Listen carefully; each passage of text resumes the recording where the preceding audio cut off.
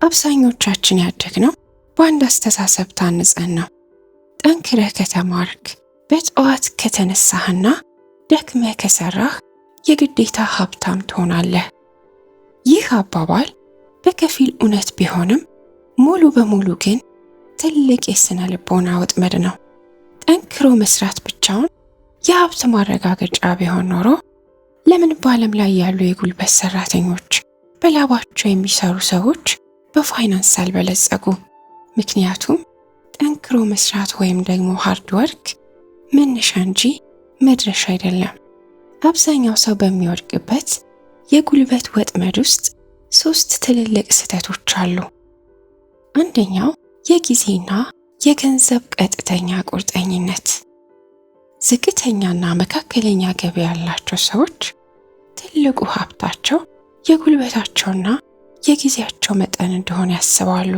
አእምሯቸው የተዋቀረው 1 ሰዓት ሰራው የ1 ሰዓት ክፍያ ያገኘው በሚል ቀመር ነው ሳይን ያደረጉት። ነገር ግን የተፈጥሮን ሕግ ተመልከቱ። አንድ ሰው በቀን ውስጥ ያለው 24 ሰዓት ብቻ ነው። እንቅልፋችሁን፣ ምግባችሁንና የእረፍታችሁን ቀንሳችሁ በቀን 16 ሰዓት እንኳ ብትሰሩ ገቢያችሁ ሁል ጊዜ ያችኑ 16 ሰዓት ተንተርሶ የታሰረ ይሆናል። ጉልበታችሁ ሲደክም ወይም በበሽታ ስትታመሙና መስራት ስታቆሙ ገቢያችሁ በአንድ ጀንበር ዜሮ ይገባል። ጊዜያችሁን በገንዘብ የምትለውጡ ከሆነ ሁልጊዜም ቢሆን የጊዜያችሁና የገንዘባችሁ ተገዢዎች ናችሁ። ሁለተኛው የሌቨሬጅ አለመኖር ነው። በሌላ በኩል ደግሞ የስኬትና የሀብት ምስጢርን የተረዱ ሰዎች በፍጹም በጉልበታቸው ብቻ አይተማመኑ። እነሱ የሚጠቀሙት ትልቁ መሳሪያ ሊቨሬጅ ወይም በኃይልና በስርዓት ማባዛት ይባላል። ለመሆኑ ሊቨሬጅ ማለት ምን ማለት ነው? ሊቨሬጅ ማለት በአነስተኛ ጥረት ትልቅ ውጤት ማምጣት የሚችል ሲስተም መዘርጋት ነው። እናንተ በቀን 10 ሰዓት ለብቻችሁ ስትሰሩ የአንድ ሲስተም ባለቤት ግን የ100 ሰዎችን ዕውቀትና ጊዜ አስተባብሮ በቀን 1000 ሰዓት ይሰራል። ይህ ሰው ከእናንተ የተለየ አካላዊ ጉልበት ኖሮት ሳይሆን ከእናንተ የተለየ አእምሯዊ አቀራረብና ዘዴን ስለተጠቀመ ነው። ሀብታሞች የሌሎችን ጊዜ፣ የሌሎችን ገንዘብና የቴክኖሎጂ አቅምን በመጠቀም የ24 ሰዓቱን ወሰን ይሰብሩታል። ሶስተኛው ደግሞ የጽናትና የስትራቴጂ ልዩነት ነው። በተሳሳተ አቅጣጫ በፍጥነት መሮጥ ወደፊት ሳይሆን ወደ ገደል በፍጥነት ያደርሳቸዋል። አብዛኛው ሰው በቀን 10 ሰዓት እሰራለሁ እያለ በኩራት ይናገራል። ነገር ግን ራሱን መጠየቅ የሚረሳው ዋናው ጥያቄ አለ። ይህ የምሰራው 10 ሰዓት ወዴት እየወሰደኝ ነው? ወዴት እንደምትሄዱ ካላወቃችሁ የምትከተሉት መንገድ ሁሉ ትክክል ይመስላችኋል። ያለ ስትራቴጂ፣ ያለ ዕውቀትና ያለ እቅድ የሚደረግ ደፋ ቀና በቦታው ላይ እንደመሮጥ ወይም ትሬድሜል ነው። በጣም ትደክማላችሁ፣ ላባችሁን ታፈሳላችሁ፣ ነገር ግን መጨረሻ ላይ በነበራችሁበት ቦታ ላይ ናችሁ። ታዋቂው ዓለም አቀፍ ባለሀብት ዋረን ባፌት በፋይናንስ ታሪክ ውስጥ ትልቅ ተጽዕኖ የፈጠረ አንድ ወርቃማ ንግግር አለው። እየተዝናናህ ወይም በምሽት ተኝተህ እንኳን ገንዘብ የሚገባልህ መንገድ ካልፈጠርክ እስከምትሞት ድረስ የገንዘብ ተገዢ ሆነ መስራት አለብህ። ይህ ንግግር የፋይናንስ ነፃነትና የህይወት ትግልን የሚለይ ትልቅ እውነት ነው። አብዛኛው ሰው በየወሩ የሚያጋጥመው የገንዘብ ስጋት ከደሞዝ ማነስ የሚመጣ ይመስለዋል።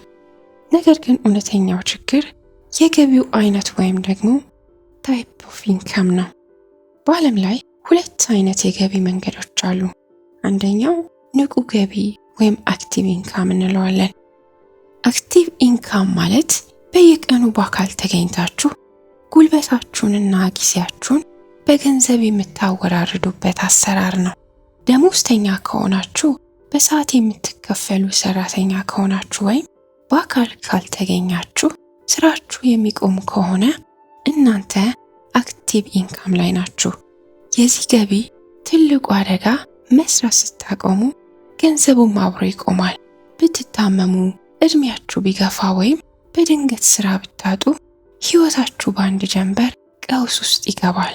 ምክንያቱም ገቢያችሁ ሙሉ በሙሉ በእናንተ አካላዊ እንቅስቃሴ ላይ የተንጠለጠለ ስለሆነ ነው። ሁለተኛው ፓሲቭ ኢንካም እንለዋለን። ፓሲቭ ኢንካም ማለት አንዴ በጥበብና በስትራቴጂ የምትገነቡት ነገር ግን በኋላ ላይ እናንተ በቦታው ባትኖሩም እንኳ በራሱ ጊዜ ገንዘብ የሚሰራላችሁ ሲስተም ነው።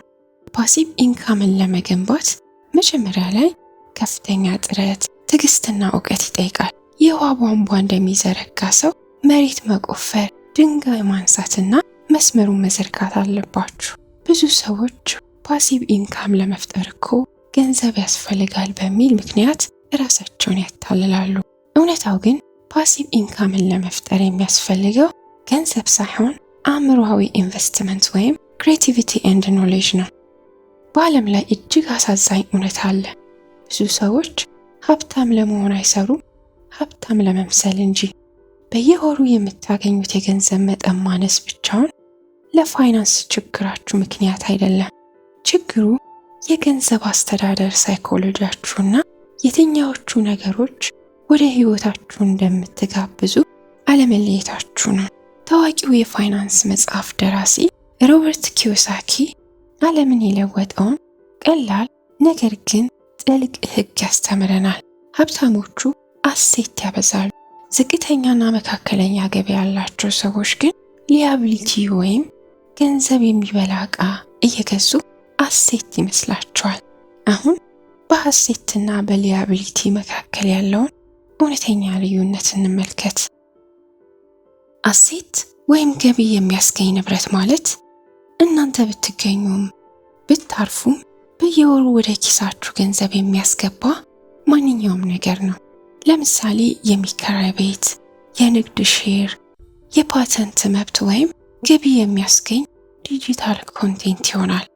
ሊያቢሊቲ ገንዘብ የሚበላ ዕዳ ማለት በየወሩ ከኪሳችሁ ገንዘብ የሚያወጣ ጥገና የሚጠይቅ እሴቱ የሚቀንስና ወጪ የሚፈጥርባችሁ ማንኛውም ነገር ነው። ለምሳሌ ሌክዠሪ መኪና፣ ውድ ስልክ፣ በብድር የተገዛ ልብስ ወይም የቤት ቁሳቁስ ይሆናል። መኪና ገዝታችሁ ለታክሲ ወይም ለኪራይ ከኋላችሁት በየወሩ ትርፍ የሚያስገባላችሁ ከሆነ አሴት ነው። ነገር ግን ያንኑ መኪና ለታይታና ለደስታ ብቻ ገዝታችሁ በየወሩ ለነዳጅ፣ ለጥገናና ለኢንሹራንስ ከኪሳችሁ የምታወጡ ከሆነ ሊያቢሊቲ ነው።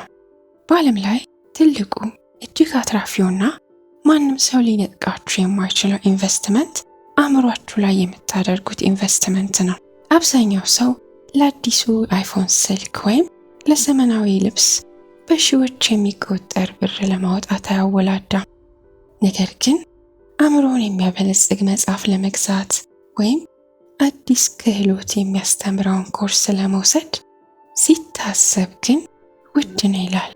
ይህች ዓለም የምትከፍላችሁ ለደከማችሁበት ሰዓት ብዛት ሳይሆን በዚያ ሰዓት ውስጥ ለሰጣችሁት እሴት ወይም ቫልዩ ነው።